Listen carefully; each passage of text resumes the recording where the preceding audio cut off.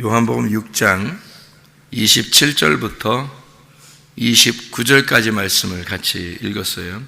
썩을 양식을 위하여 일하지 말고 영생하도록 있는 양식을 위하여 하라. 그리고 하나님께서 보내신 일을 믿는 것이 하나님의 일이니라. 이런 말씀들을 우리가 같이 보았어요. 그러니까 썩을 것은 우리가 먹고도 죽는 것을 썩을 거라 그래요. 그죠? 이게 요한복음 6장에 49절 말씀에 보면 너희 조상들은 광야에서 만나를 먹었어도 죽었거니와 이렇게 되어 있고, 50절은 이는 하늘에서 내려온 떡이니 사람으로 하여금 먹고 죽지 아니하게 하려는 것이라. 이게 이제 51절에 나는 하늘에서 내려온 살아있는 떡이니 이렇게 되어 있어요. 이건 썩지 않을 거죠. 그러니까 썩을 것을 먹는 것은 썩을 것 먹고도 죽는다는 얘기고, 썩지 않을 것을 우리가 거두어야 된다. 그런 이게 뭘로 되어 있느냐면 말씀이라는 믿음이라는 말씀을 먹어야 된다. 이제 이런 얘기예요. 누구냐면 예수님. 그래서 예수님을 먹으면 영생한다. 그런 얘기고, 썩을 것은 조상들이 먹고도 죽었다. 광야에서. 그러니까 실제로 만나가 내려왔겠죠. 먹는 거지. 그러니까 그거를 먹었는데 죽었다. 그러면 이제 이게 뭐를 의미하겠냐면 구약의 만나는 율법을 의미하는 거예요.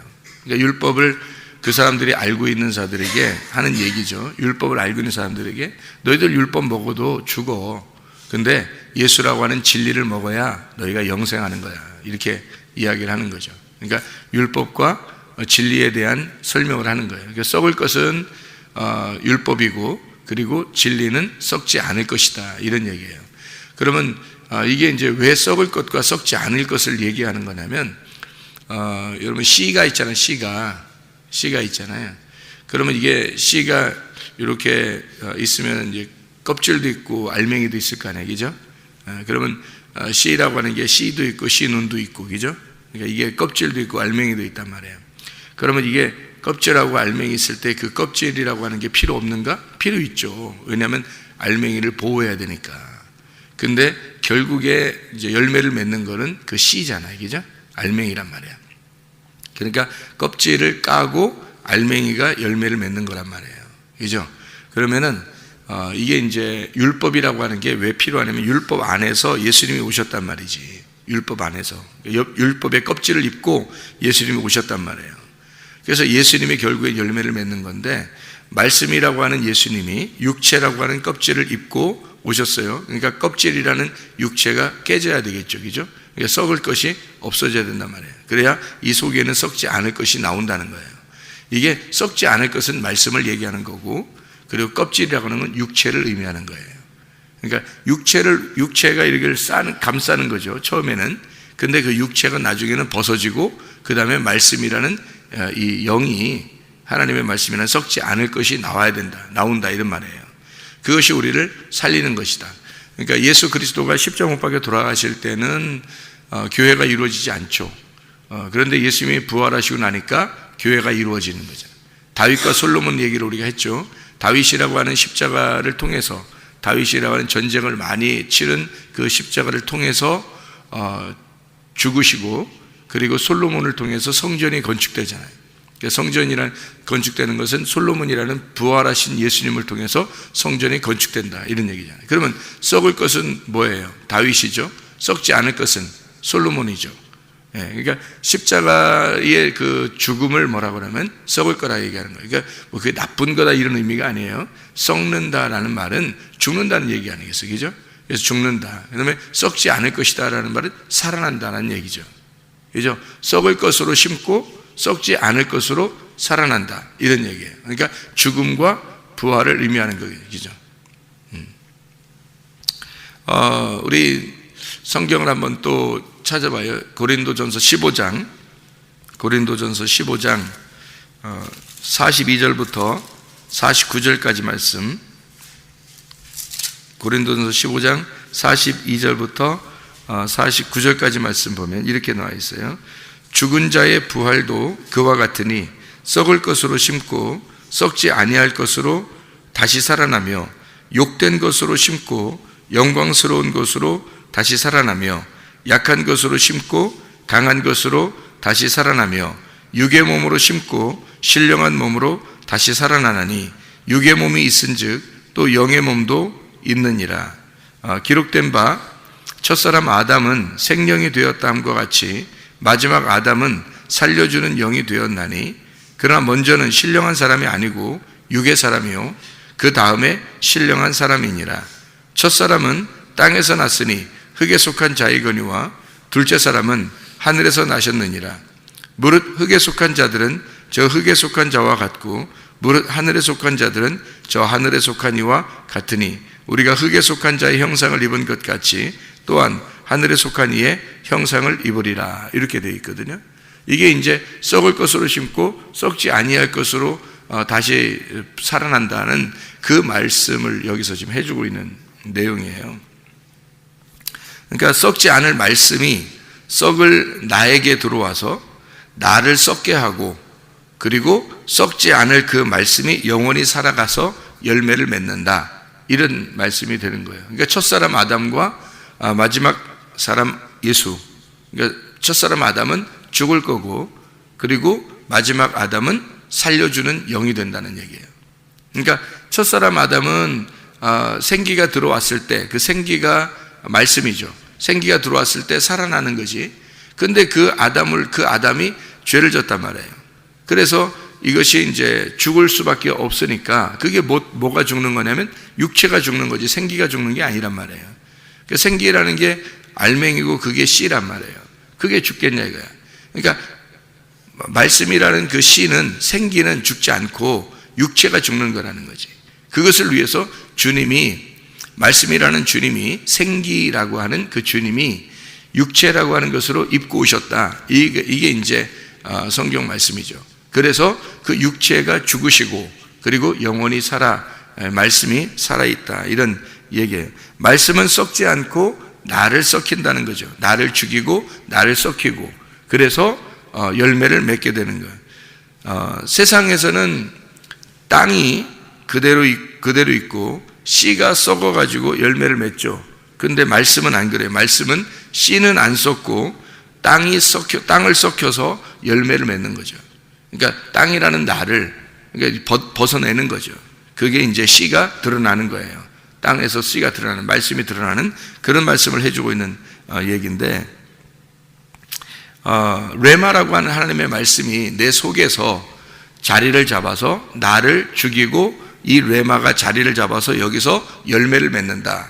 그런 말씀이 되는 겁니다. 다시 말하면 나라고 하는 나 자신이 소마가 나 자신이 하나님의 영을 받아서 푸뉴마 영의 삶을 살아가게 한다. 그것이 이제 썩지 않을 양식으로 살아간다. 이런 얘기가 되는 거죠. 죽었던 내가 하나님의 영 생기를 통해서 다시 살아나도록 하는 것. 내 마음을 죽이고 예수님의 마음으로 살려내서 예수님의 마음으로 내 마음이 살아나도록 그렇게 하는 말씀이 되는 거죠. 말씀이 육체로 와서 육체를 죽이고 말씀이 영원히 하나님의 그 신랑 되신 그 예수님의 몸이 돼서 부활하는, 육체를 벗어나서 부활한 몸으로 살아가는 것을 의미하는 거예요. 썩을 것과 썩지 않을 것을 지금 이야기하는 거예요. 땅에서 아담아, 이 땅에서요, 아파르라고 하는 흙을 취해요. 거기다가 생기를 집어넣고 그리고 사람을 만들단 말이에요.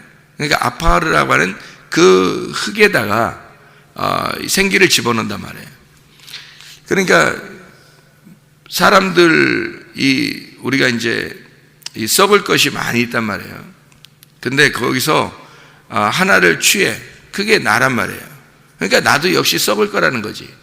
나도 영원히 사는 게 아니라 썩을 나를, 그냥 썩어서 없어질 흙, 나 아무것도 아닌 나를 생기가 들어와서 살려준다는 거예요. 그러니까 아담이라고 하는 생명이 된 거죠. 살아있는 혼이 됐다, 이런 의미입니다.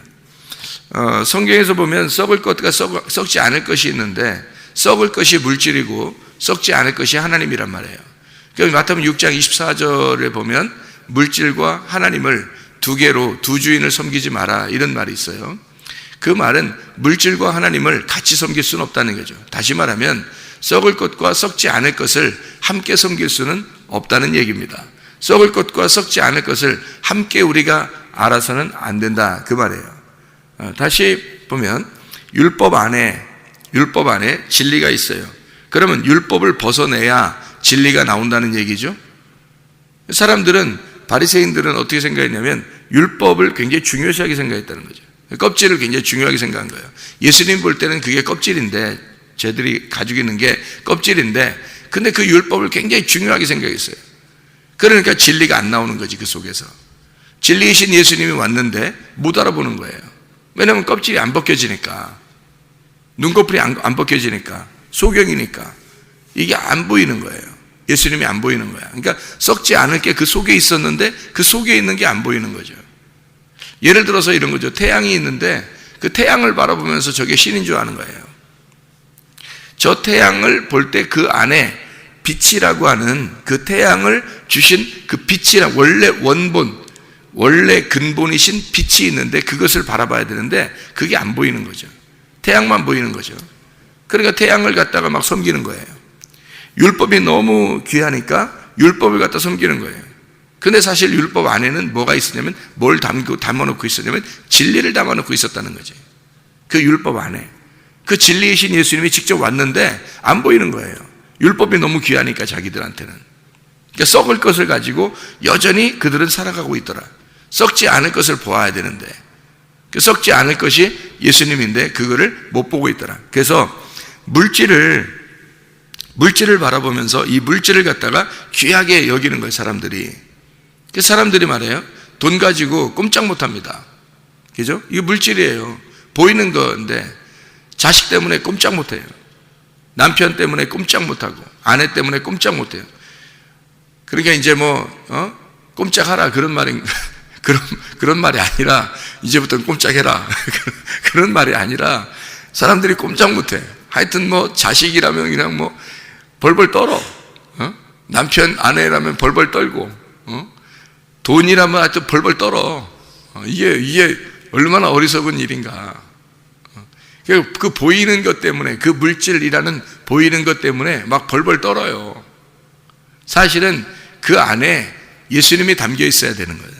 썩지 않을 것이 그 안에 담겨 있는데, 그 담겨 있어야 되는 그 진짜 진리를 발견해야 되는데 그거를 발견하지 못하고, 부모 자식이 있는 것은 부모 자식이 있다고 하는 아버지 하나님과 내가 있다고 하는 것을 알려주려고 부모 자식이 있는 거잖아요.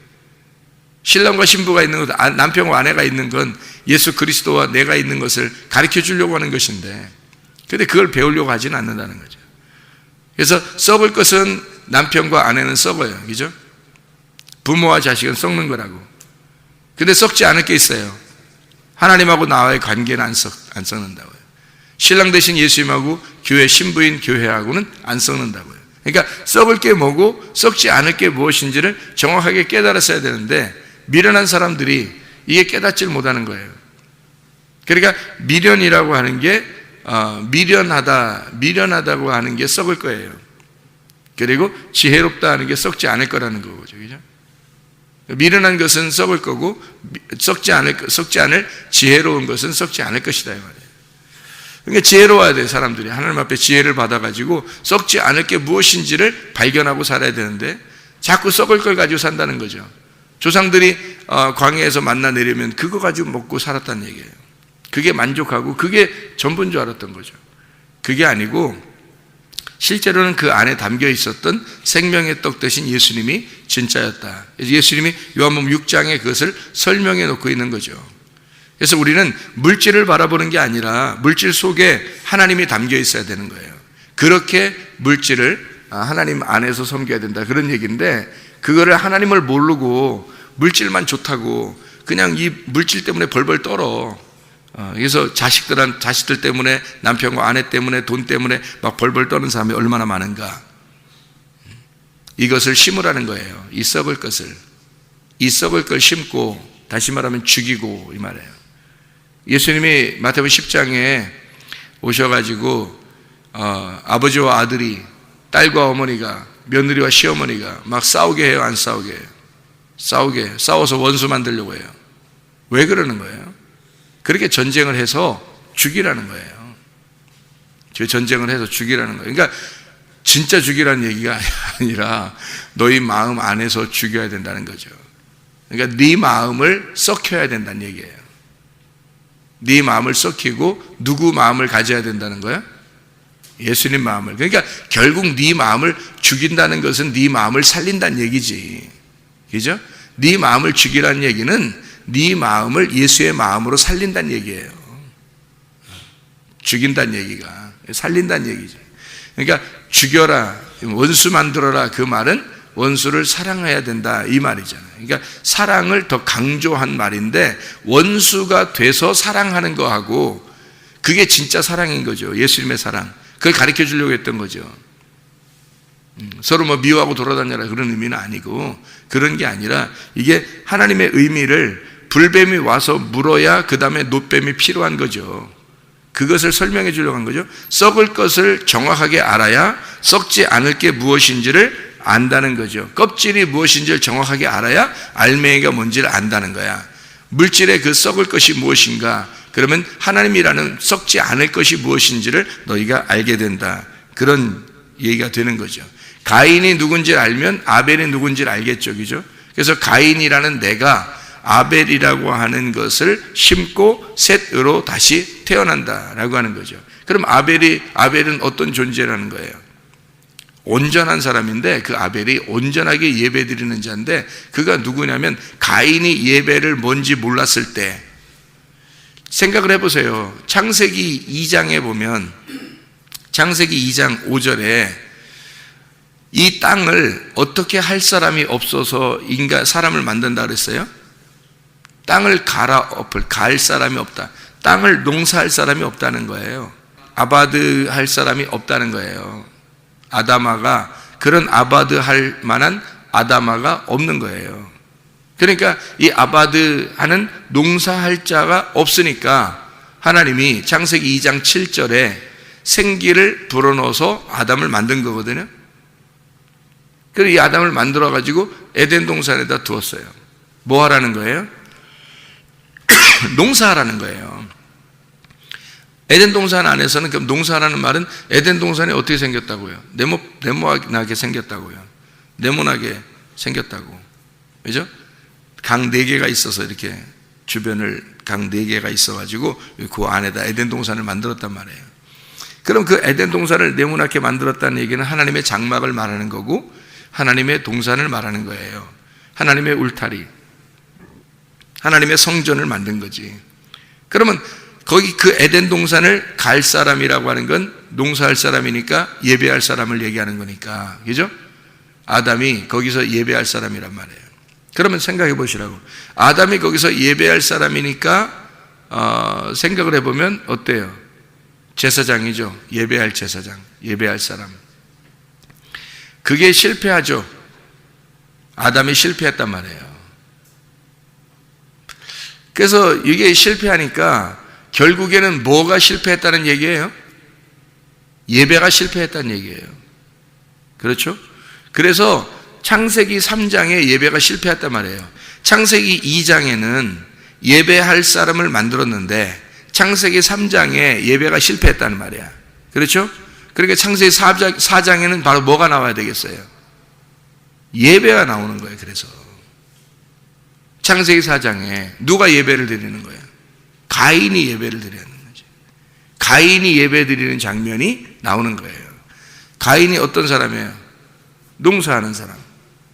그러면 원래 여기서 창세기 2장, 3장에 원래는 뭐 하는 사람이 중심인 거예요? 농사하는 사람이 중심이란 말이에요. 농사 짓게 하려고, 예배하게 하려고 그런 거잖아요. 그죠? 창세기 2장에 예배하게 하려고 했는데 창세기 3장에 실패하니까 창세기 4장에 가인이 예배하는 장면이 나오는 거예요. 그래서 가인이 농사하는 자였더라 이렇게 됩니다. 농사하는 자였더라, 예배하는 자였더라. 농사하는 자. 그러니까 가인이 농사하는데 뭘로 농사를 지어야 돼? 아벨로 농사를 지어야 되는 거죠. 아벨로.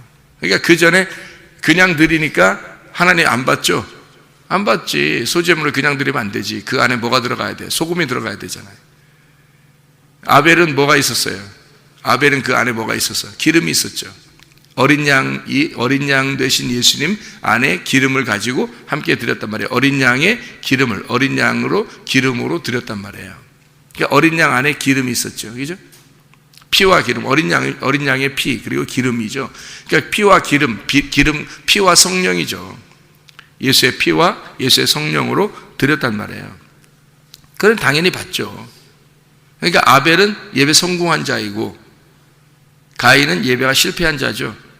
그러면 어디에 나오는 거예요? 그러니까 창세기 2장에 예배하는 자가 창세기 3장에 예배 실패하고 창세기 4장에 가인을 통해서 예배를 다시 가르쳐 주는 거예요.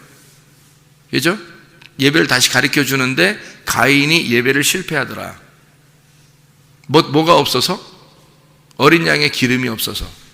그러니까 소제물에 소금이 없어서, 아벨이 없어서 실패하더라. 그러니까 아벨 것을 배웠어야 되는데 아벨 걸 배우지 못했더라.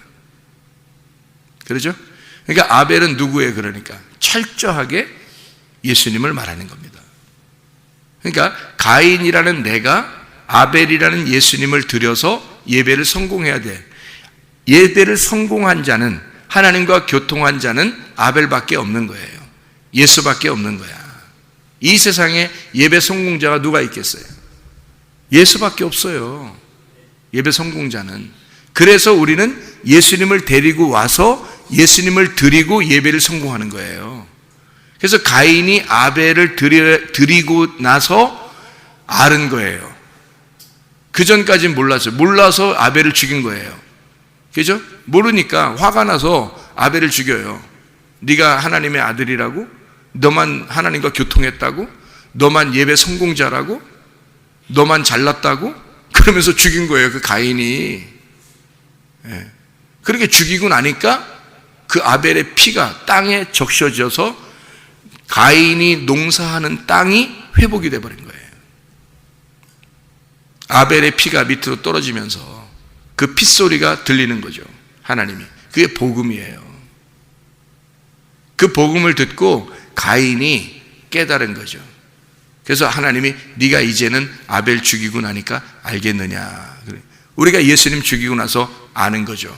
베드로가 예수를 그 죽음에 몰아넣지 않고서는 몰랐었죠. 나는 절대 당신을 부인하지 않겠습니다. 그랬는데 예수를 3번이나 부인하고 예수를 실제 십자가에 못 박혀 돌아가시는 그 장면을 베드로가 알 때, 그걸 깨달았을 때 비로소 닭 울음소리가 났고 그걸 깨달았을 때 아하, 진짜 예수를 내가 죽인 거구나 라는 것을 깨닫게 된 거죠. 그게 내가 죽는 거였는데 라는 말이에요. 그래서 가인이 아벨을 죽이고 나서 깨닫고 살려달라 그런 거예요. 하나님 앞에. 그랬더니 하나님이 표를 주셔서 살려주더라. 가인을. 예배는 누가 있어야 된다? 가인은 아벨이 있어야 된다. 자, 가인은 누구예요? 썩어질 자 아벨이었던 거죠. 이해가 돼요? 가인은 썩어질 자 아벨이었던 거죠. 그게 누구예요? 나예요, 나. 그러니까 죽어야 할 예수는 바로 나를 위해서 오신 거였더라.